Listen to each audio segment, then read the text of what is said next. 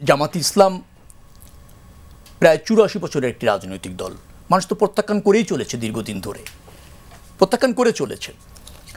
আবার তারা যে রাজনীতি করতে চাইছে অথবা ধরেন যেভাবে জনগণকে আকৃষ্ট করতে চাইছে, সেটাও গণতান্ত্রিক পন্থায় কতটা ন্যায্য, ওখানে অনেক দ্বিচারিতা আছে। জামাত ইসলাম রাজনীতিতে কি অবদান রেখেছে সে বিষয়টাও তো অস্পষ্ট মানুষের কাছে। বিএনপি মহাসচিব মির্জা ফখরুল ইসলাম আলমগীর বলছেন, ষড়যন্ত্র বাদ দিয়ে জামাত যেন ভালো হয়ে যায়, জামাতকে মানুষ আর ভোট দেবে না, কারণ বিশ্বাস করে না। এদিকে কুমিল্লায় জামাতের নায়েবে আমির সৈয়দ আবদুল্লাহ মোহাম্মদ তাহের বলছেন, দুর্নীতিতে যারা ৩বার চ্যাম্পিয়ন, দেশের মানুষ আর তাদের ভোট দেবে না। এই যে বিএনপি জামাতের রাজনৈতিক বিতর্ক, বৈরিতা, যত নির্বাচনের সময় ঘনিয়ে আসছে তত বেশি যেন উত্তপ্ত হচ্ছে। অনেকে বলতে চায় এটাকে আসলে শুধু উপরে উপরে না, ভেতরে ভেতরে আবার কোনো সমঝোতা আছে। কথাটা হচ্ছে যে বিতর্ক তো রাজনীতির অংশ। মানুষের কাছে আহ্বান জানাচ্ছে ভোট না দিতে, সেটাও রাজনীতির অংশ। তারপর ধরেন রাজনৈতিক দল নিজেই শিরোধার্য, নিজেই গ্রহণযোগ্য, ভোটটা তারই চাই, এভাবে জনগণের কাছে উপস্থাপন করা তো ন্যায্য। এই জায়গায় তো আর কোনো ডিবেট নাই। ভিতরে ভিতরে সমঝোতা হওয়ারও কোনো প্রয়োজন নাই। ঐক্য হতে হবে জাতীয় স্বার্থে। আমরা ভোটটাকে ফেস করব, জনগণের উপর আস্থা রাখবো, নির্বাচনটাকে অবাধ করব, গ্রহণযোগ্য করব, প্রভাব বিস্তারের চেষ্টা করব না, নিজের দলই মহত্ব গুরুত্ব তুলে ধরবো এবং জনগণের সমর্থন চাই। ঐক্যের জায়গাটায় তো পাল্টাপাল্টি অভিযোগ দেখছি, কি আপনারা জামাত অভিযোগ করছে আপনারা প্রশাসনের উপর বেশি প্রভাব বিস্তার করছে, লেভেল প্লেইং ফিল্ড নেই। আপনারা বলছেন জামাতই সব প্রভাব বিস্তার করে আছে। প্রতিযোগিতাপূর্ণ রাজনীতিতে সেটা থাকবে, প্রতিযোগিতাপূর্ণ রাজনীতিতে সেটা থাকবে। এবং আপনি যদি পশ্চিমা ধাঁচের রাজনীতিও বলেন, গণতন্ত্র বলেন, সেখানেও সেটা আছে। আমরা বলছি আমরা সীমা লঙ্ঘন করব না। আমরা বলছি যুক্তি তর্ক থাকবে, তথ্য উপাত্ত দিয়ে সমালোচনা করব, ব্যর্থতা তুলে ধরব। আমার যে সমস্ত গর্বের জায়গাগুলি আছে রাজনৈতিক দল হিসেবে আমার দলের, সেটাকে মানুষের দৃষ্টিতে আনার চেষ্টা করব, সেগুলি ঠিক আছে।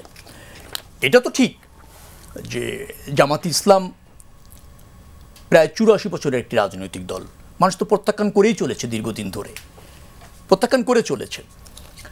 আবার তারা যে রাজনীতি করতে চাইছে অথবা ধরেন যেভাবে জনগণকে আকৃষ্ট করতে চাইছে, সেটাও গণতান্ত্রিক পন্থায় কতটা ন্যায্য, ওখানে অনেক দ্বিচারিতা আছে। ওখানে ধরেন জামাত ইসলাম রাজনীতিতে কি অবদান রেখেছে সে বিষয়টাও তো অস্পষ্ট মানুষের কাছে। যারা এই দেশটা চায়নি, স্বাধীনতা চাইল না, তারা সবচেয়ে দেশপ্রেমী, তারা সবচেয়ে সৎ নেতৃত্ব, তারা সবচেয়ে যোগ্য নেতৃত্ব, তারা দেশের কল্যাণ সবচেয়ে বেশি চায়। এই জিনিসগুলি তো মানুষকে ভাবাবে। এবং মানুষ ভেবেছে বিধায়ক তো জামাতে ইসলাম, বললাম ৮৪ বছর রাজনীতি করে বাংলাদেশের রাজনীতিতে একটা গুরুত্বপূর্ণ ভূমিকা রাখতে পেরেছে, কিন্তু রাষ্ট্র ব্যবস্থাপনা তার কোনো গুরুত্বপূর্ণ ভূমিকা রাখতে পারেনি, কারণ তখন জনরায়ের প্রয়োজন ছিল। আমার বিশ্বাস যে মানুষ নিশ্চয়ই এগুলি বিবেচনা করে ভোট দেবে। আর দ্বিতীয়ত কথাটা হচ্ছে যে আপনি যেখানে ছিলেন সেটাকে আমি এভাবে বলতে চাই যে এতটুকু রাজনীতিতে সৌন্দর্য থাকে, তর্ক বিতর্ক থাকে, যুক্তি উপস্থাপনা থাকে, দায় চাপানো থাকে। আমরা এগুলি গণতন্ত্রের অংশ মনে করি এবং আগামীতে যে নির্বাচন হচ্ছে সেই নির্বাচনে দুটি রাজনৈতিক দলই দায়িত্ব রয়েছে। নিশ্চয়ই সেই দায়িত্বের বাইরে এখনো পর্যন্ত কেউ যায়নি। তবে গ্রহণযোগ্য নির্বাচনের ক্ষেত্রে প্রত্যেকটা দলই নিজের অবস্থান জোরালোভাবে জানান দেওয়ার জন্য সরকারের উপর চাপ প্রয়োগ করতে থাকবে, দোষারোপ করতে থাকবে। নিজের পক্ষে গেলে স্বাগত জানাবে, নিজের বাইরে গেলে আবার ভৎসনা করবে সরকারের, যাতে সরকার রাইট ট্র্যাকে চলে এগুলি সমস্ত জায়গা আছে। আমি দেখেন ভারতের রাজনীতি কতদিন ধরে আজকে একটা গ্রহণযোগ্য নির্বাচন সেখানে হয়েছে কি হয়নি, তার চেয়ে বড় কথা হচ্ছে তার আগেই রাহুল গান্ধী বলেছে যে এখানে প্রভাব খাটিয়ে বিজেপি নিয়েছে। এটা রাজনীতির অংশ, এটা জনগণও বোঝে।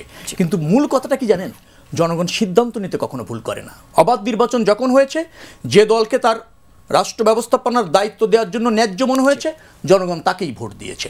এবং ওই ভোট জনগণ দিয়েছে বিধায় আমি আপনাকে বলি, জামাত স্বাধীনতার পরে এদেশে উল্লেখযোগ্য একটা আসন পেয়ে বিরোধী দল না ৩ নম্বর রাজনৈতিক দল হতে সক্ষম হয়নি, কারণ মানুষের বিবেচনা দিন শেষে সঠিকই হয়।